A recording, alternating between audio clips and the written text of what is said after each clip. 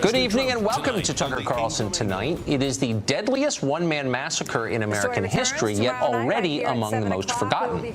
It's been just a month since Stephen Paddock killed 58 people in Las Vegas. For weeks, we've been asking basic questions about what happened, most of which remain unanswered tonight. What was Paddock's motive for the shooting? How did authorities possibly allow his house to be burgled? Why was Paddock's computer hard drive missing, and why did it take so long for us to learn it was missing? Why did security guard Jesus Campos travel to Mexico just days after the shooting, despite being a key witness, and why did authorities refuse to talk about that? Why have Campos' subsequent appearances been so closely managed by his employer, MGM? And more than anything, what's the actual timeline of this shooting? What happened and when did it happen? And why in the world is it still so hard to get a straight answer about that? Well, to these long-standing questions, we can add a few more tonight. Why did we only learn today from the Clark County Sheriff that Paddock's girlfriend could be withholding important information in this case? If in fact she knows more than she's saying, why isn't she being interviewed right now? We also discovered today that a police officer accidentally fired his gun in Paddock's hotel suite on the night of the shooting. How did that happen? Guns don't often accidentally discharge, they're accidentally fired. What exactly were the circumstances of this firing? Now, we're not trying to push a wild conspiracy theory here. It's possible the Trilateral Commission was involved, but the more likely and, in fact, far more terrifying explanation is incompetence. The people running this case don't really know what they're doing.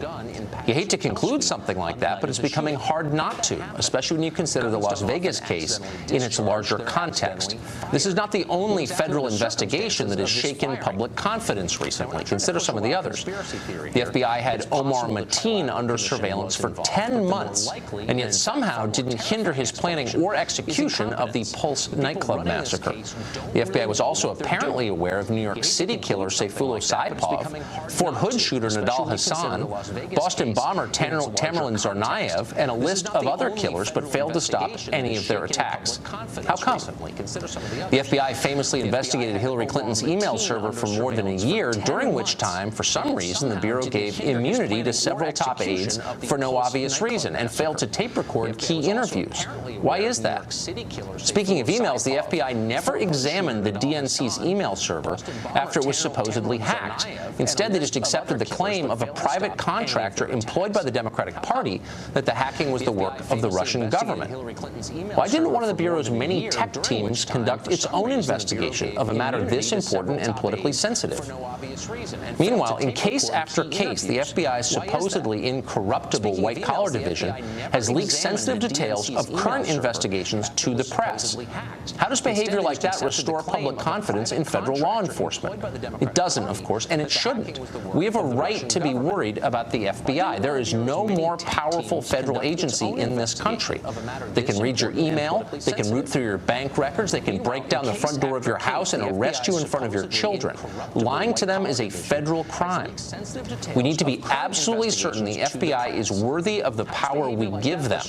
What is happening in Las Vegas right now is one of many reasons to wonder if they are. We have a right to be worried about the Craig Island is a lawyer representing several of the victims of the Vegas attack, and he joins us tonight. Craig, thanks for coming on. You're, I think, one of the few people who's been to the scene of the crime.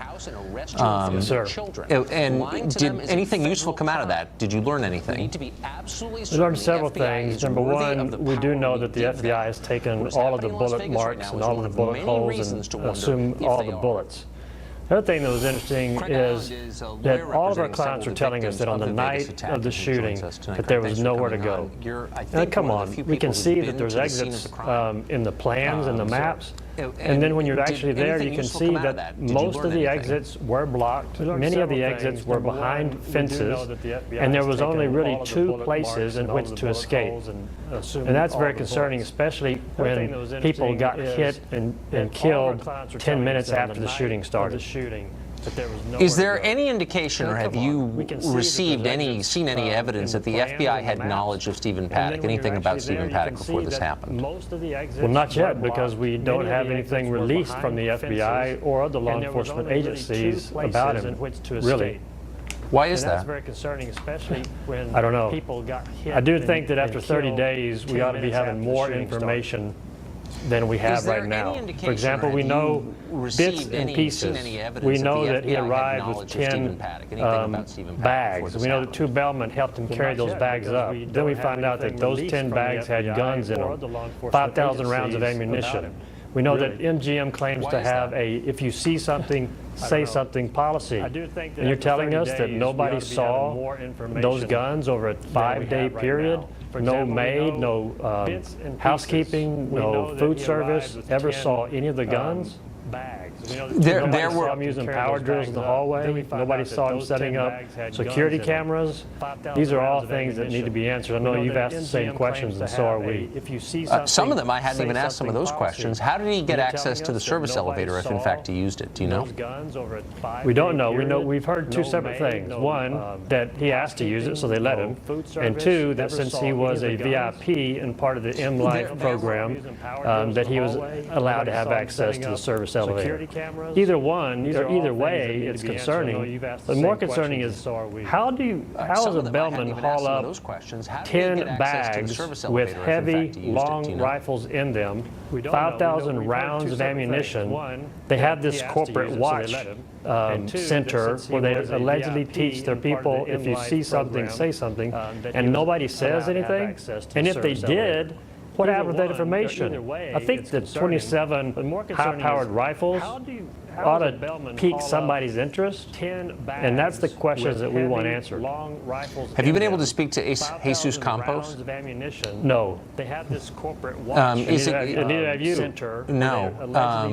And it's our impression just from watching that MGM has kept pretty tight management of the things that he says in public. Why would you think that would be the case? Ought to pique somebody's interest. Maybe they're concerned of what he's going to say. Maybe they're concerned he's not going to stick with the MGM story.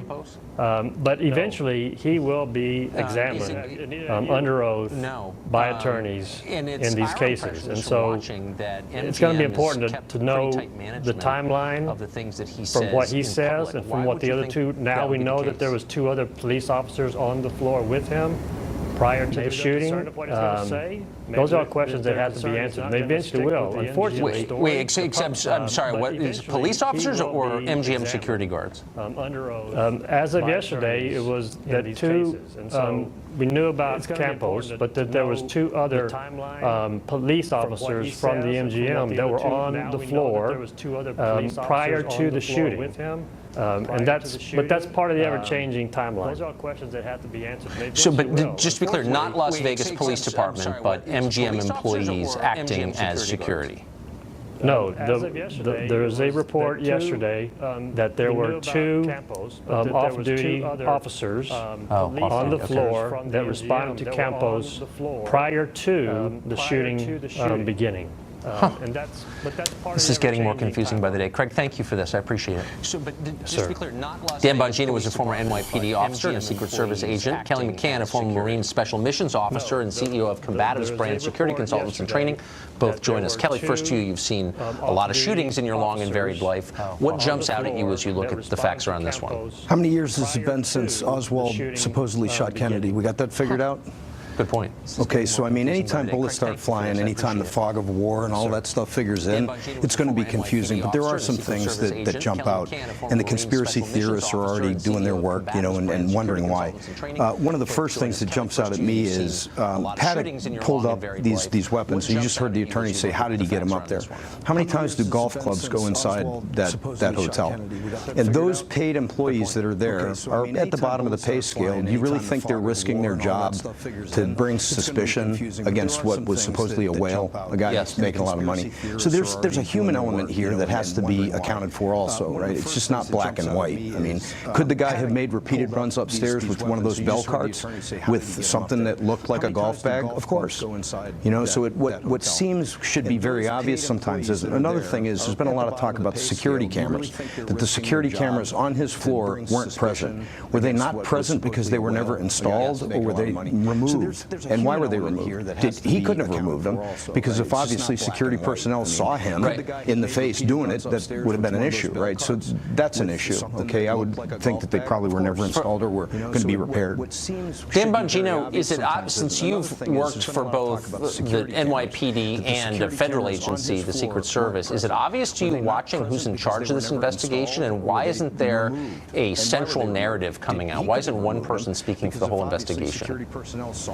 Well, Tucker, based on who's controlling the evidence right now, the FBI, it seems to me to be pretty clear that the Bureau is directing this. But, you know, I liked how you opened with this, and I think you made a really salient point that deserves repeating here. We're at a time in American history where confidence in our federal law enforcement, whether it's the collection of metadata, the failure of the Clinton investigation, the politicizing of our FBI, this is not the time to keep a lid on one of the largest mass murders in American history. If you have information, gosh, you've got to get it out there, Tucker. I mean, how is it at this point? Think about it. We had this absolutely horrifying tragedy up in New York. We've already got the motive, we've got the suspect, and we've got a general idea from 30,000 feet about what happened. How is it in this case we still have no idea about what the motive is, or if they do, they at least haven't told the American people to put them at ease? Remember, we were the victims in this, the American people. It's the right thing to do. I agree completely. Kelly, we learned today that a firearm was discharged accidentally somehow in the hotel room. I think the police described it as an accidental discharge. Do firearms accidentally discharge typically? I mean, the term for firearms trainer is always negligent discharge. Now, you got to put it in perspective, right? It takes big stones to go into a room where you know someone's been firing a high-powered rifle. Yeah. Right? It was a very hurried thing. The normal active shooter response now is to go immediately to the crisis point. There was an explosive breach when they went in. I don't even know that had to be in place. That figures into the timeline, how much time was in there. But it might have happened on a reholstering. Certainly there wasn't any furtive motion in the room that the officer could have alerted on.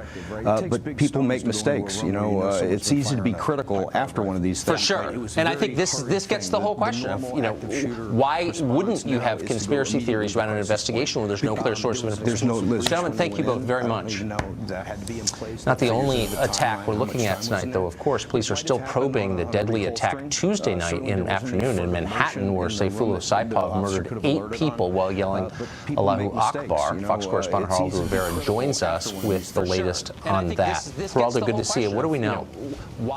You know, Tucker, if I may comment just briefly on Vegas, I think that if you're – 2 big lawsuits were filed last night by a consortium led by the LA Times.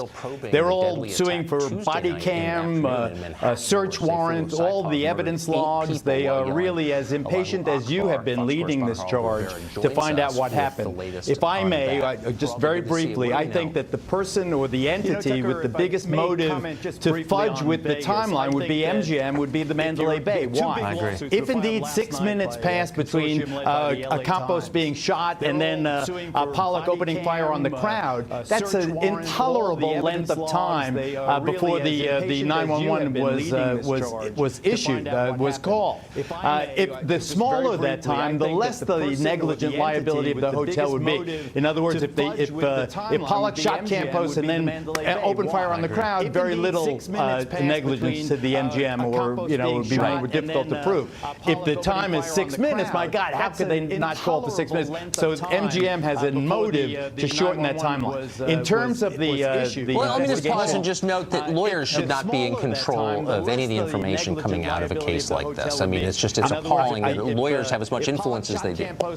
They do, and believe me, Mandalay Bay, MGM, they have the best lawyers in the country on this, and their job is to minimize the tort liability, the civil liability, in the hundreds of millions of dollars. When you think 58 dead people, scores injured, every one of them has either a wrongful death or an infliction of emotional or physical wounds. It's an enormous liability if they are found indeed the Mandalay Bay to be negligent. In terms of New York and what happened with the mowing down of these poor people, 8 people, 5 of them from Argentina.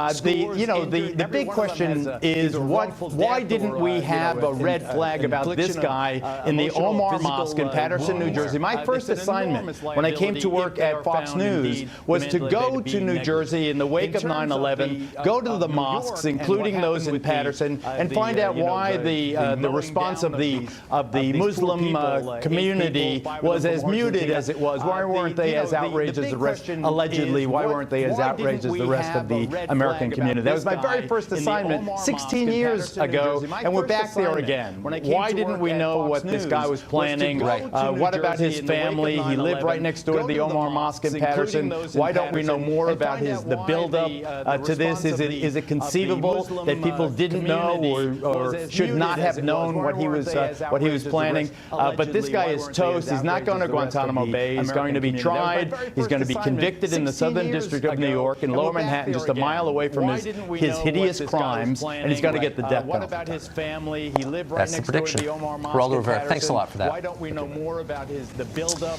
Republicans dropped their tax plan today. You'll notice we didn't lead with it. There's a reason for that. It's unclear exactly what some of it means. There's a ton of propaganda out there about the tax plan, but it's too important a story to jump in without having all the facts. So we're going to California this weekend.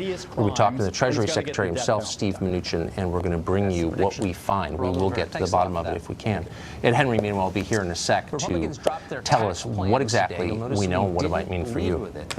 Also, a key Democratic talking point on Uranium One just fell apart completely. I'll tell you what happened. Coming up. Marginal growth and the price of buy special nutritious dog food reached an all-time.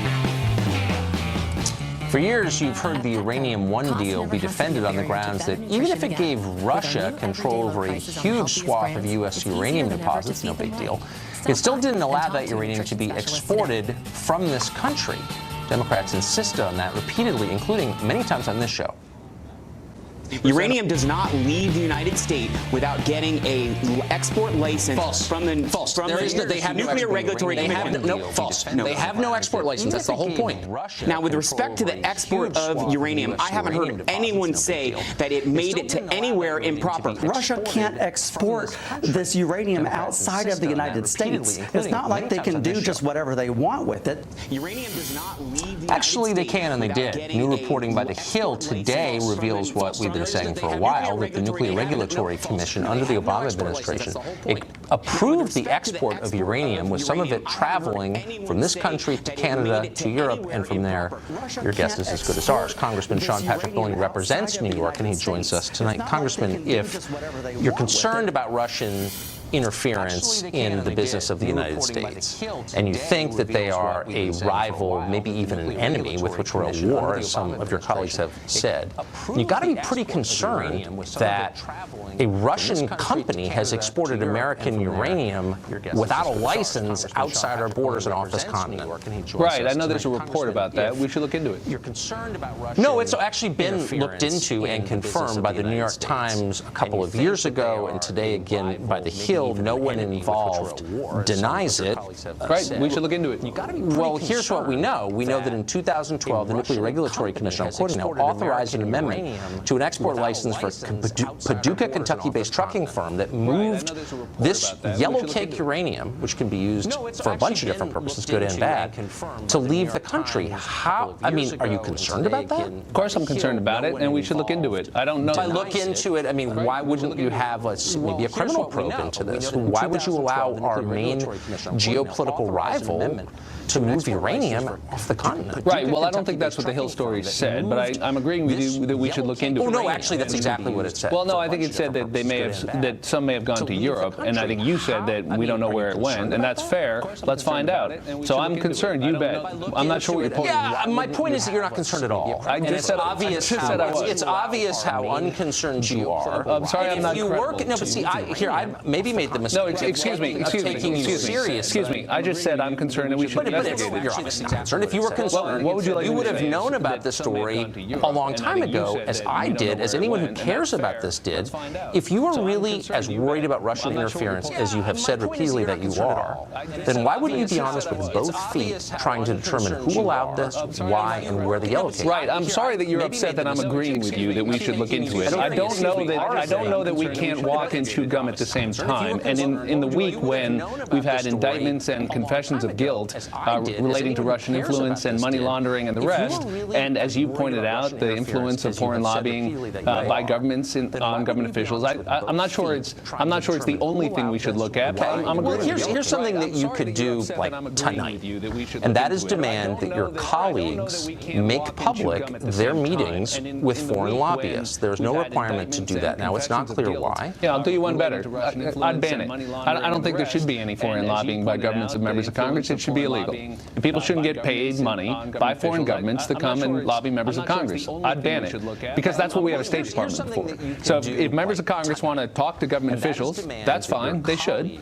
But we shouldn't have lobbyists getting paid for that. Let's ban it. How about that? Let me emphatically agree with you and ask a follow-up question, which is, now that we know that Russian-backed Ukrainian interests paid Paul Manafort a lot of money, he distributed it to a couple lobbying firms, one basically a Republican firm, the other the top Democratic firm in town in Washington, to go up to the Hill and lobby members. We know that they met with the chairman of the Senate Foreign Relations Committee, Senator Menendez of New Jersey. We can't get a straight answer from his office about how many meetings and with whom he had. Why can't we? Well, you should ask Senator Menendez that. I don't do his schedule. Have you met with any lobbyists representing foreign interests of any kind since you've been in Congress? No. Your colleagues have, and I wonder why I don't have a right to know who they met with and what they talked about. Right, you should, and I'd ban it. So I think you and I agree about this. No, but we don't fully agree. I mean, I agree with you in the banning, and God bless you. But because there's a story here about Russian interference in our government, things that have happened for years, and now that we know some of the details in this indictment, Paul Manafort's indictment, right?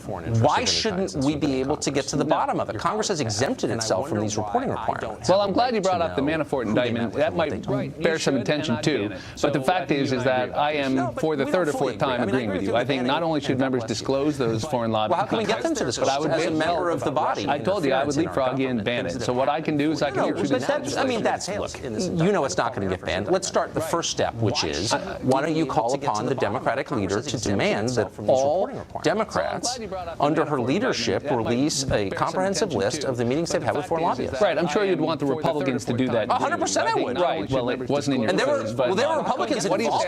There were Republicans involved in this. I'm not flacking for the Republicans. No, somehow only Democrats made your question. No, that's not. No. You're a Democrat, correct, and one with sway and I'm one that is here agreeing with you. That seems to trouble you in some way, but I don't know how to do it any more emphatically. I agree with you. In fact, I believe I went beyond your position of disclosure to banning it out. No, you didn't actually, because it's one thing to ban it going forward. Would you sponsor legislation requiring sitting members of Congress to disclose all the meetings they've had with foreign lobbyists? Yeah, sure, if it makes you happy. How about it's good for America? How about you bet? Let's do it. How about we also talk about the indictments that got handed down this week involving the president's campaign manager and his foreign policy advisor? Can we do that too?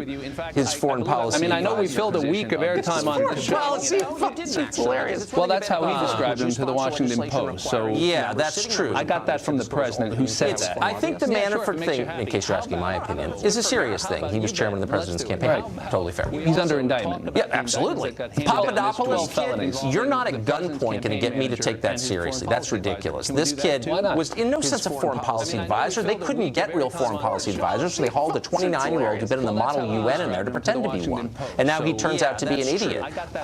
That's bad judgment, I guess, putting him on the advisor list, but you can't convince me that's a real thing, because it's not. Well, I'd be careful about that, because if you hang, if you hang your hat on how senior he was, you might want to consider for just a moment that the same actions he was engaged in and lied about to federal agents is very similar to the actions that were engaged in by now under indictment Paul Manafort, Donald Trump Jr., and Jared Kushner. When they met with Russian lawyers for the same purpose, which was to access. No, these are legally idiotic. I mean, there's no connection. Excuse me. What is idiotic? It is not in dispute that the president's son and his son-in-law and Manafort, and we know about Manafort now, met with Russian lawyers who were there expressly to bring. Let me repeat, which is you're glib and totally insincere lie when I say, let's look into that. Let's look into that. Well, you've been.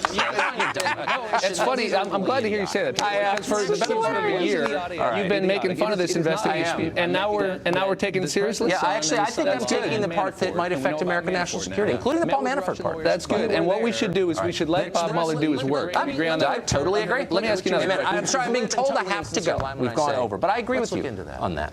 Nice to see you. Let's look into it. Good to be in agreement. Hillary Clinton just got backstabbed by a top Democrat who admitted her party rigged the 2016 primary on Hillary's behalf. That's next. And now we're taking it seriously? Yeah, I think that's taking a part that might affect American national security, including the Paul Manafort part. A soldier for the Democratic Party. In fact, she ran it. Now, a year after that party's election defeat, she is sticking a knife in Hillary Clinton. In a piece in Politico today, taken from her forthcoming book, Brazil describes how Clinton engineered a, quote, secret takeover of the Democratic National Committee. Brazil says Clinton's campaign was effectively funded by the DNC, even though it was supposed to preside neutrally, the DNC was, over the Democratic primary race.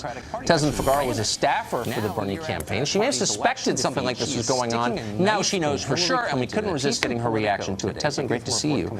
I remember months ago, a year ago, you said you believed something like this was afoot. How do you feel now that you know you were right? Oh, you better believe what we said it a year ago, repeatedly over and over and over. And folks just like to pretend that we were asking them to believe in Santa Claus, as if we were just completely delusional when we've said over and over that the system was rigged. And this is, again, it's important to remember, Tucker, that I actually worked on the national campaign, traveled all over the country for 7 years. So I wasn't just sitting back on Twitter being a Twitter warrior or a Facebook bandit. These were things that we were actually seeing out in the field that we knew to be true. And so now that the chickens have finally come home to roost, like we're saying around here in Houston, it looks like she's earned history and did something that no other candidate has done through presidential elections. Not only did they give her the money, she gave the DNC the money to buy the cookies, she baked the cookies, bought the cookies, ate the cookies in the cookie jar, and it's pretty clear on who had control of the party. So me, Sanders supporters, and surrogates are all sitting around this evening